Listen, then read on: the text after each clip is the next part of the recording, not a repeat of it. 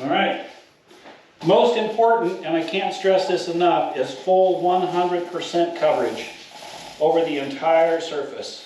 Don't miss any areas or you'll end up with little shiny spots, and you don't want little shiny spots. And I always want to apply the UTC in sections, and normally I'm not going to feather it out, and it kind of looks like I am feathering it out, but that 9-inch roller holds a lot of product, and that's what I want to make sure is I have enough product on the surface, not too heavy, but also not too thin. If I feather it out and it's very, very thin, that's going to dry very quickly. Then once I reloaded the roller, you could, if you noticed, I started somewhat in the center. Then I want to blend both of those sections together. Then I'm going to end up rolling out the whole thing as I back roll one last time with my wet roller. So you have to be a little bit strategic when you are doing your edges, because when you roll the edges, it's going to put some impressions in the roller.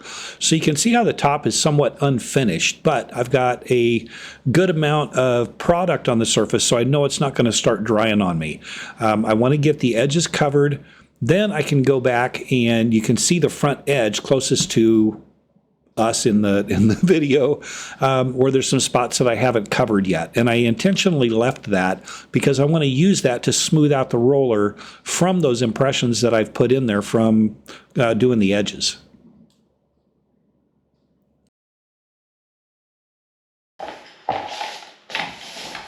Sorry.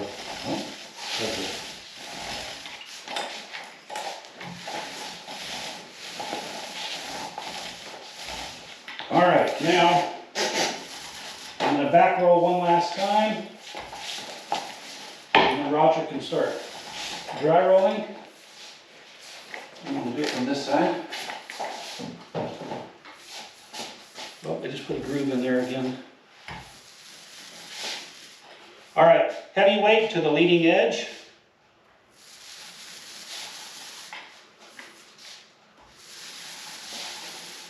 And you can see how that heavy edge is leaving a little bit heavier line.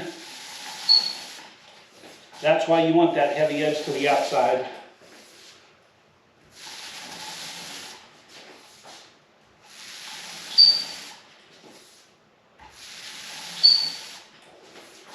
All right, Raj, I think we're ready.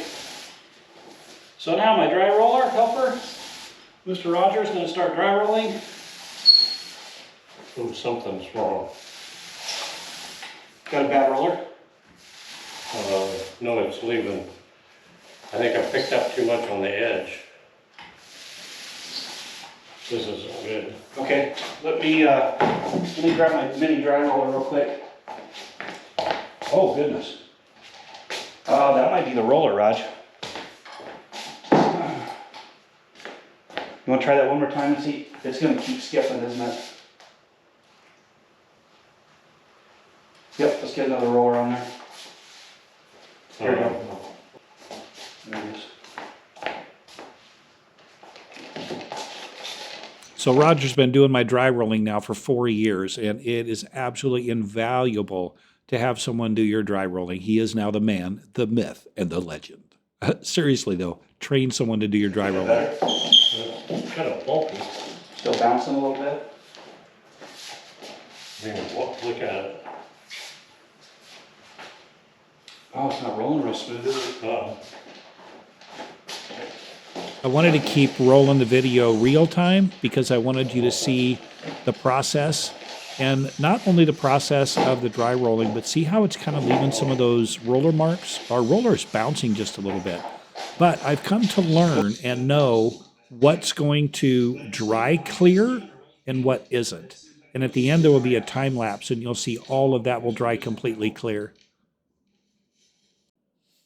So once the dry rolling is done, I'm ready to turn off the lights and leave the studio. There's nothing you can do. So here's a time lapse, 20 minutes into about 20 seconds. And you can see what looks like roller marks that you think are going to remain are going to completely dry clear. And it really turned out amazing. No roller marks, no lap lines. And then I've got a little fly over here right at the end. Really turned out nice.